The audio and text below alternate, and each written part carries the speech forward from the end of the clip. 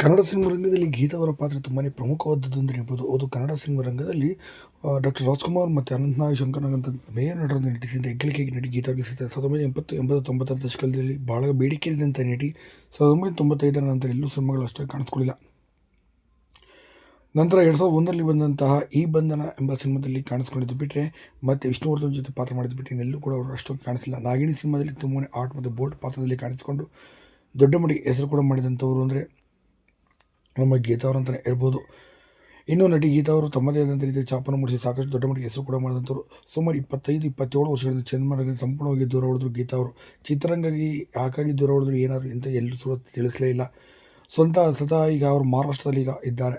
ಮಹಾರಾಷ್ಟ್ರದ ಮುಂಬೈನಲ್ಲಿ ಕೂಡ ಅವರು ವಾಸವಾಗಿದ್ದಾರೆ ಎಂಬ ಮಾಹಿತಿಗಳು ಇರುವಂಥದ್ದು.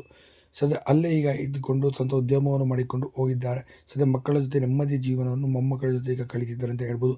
ಸದ್ಯ ಗೀತಾ ಅವರು ಸಿನಿಮಾ ರಂಗದಿಂದ 1995ರಲ್ಲಿ ದೂರ ಆಗಿ ಹೋದ್ರು ಅಂತ ಹೇಳ್ಬೋದು. ಆಗ ನೀವೇನಂತ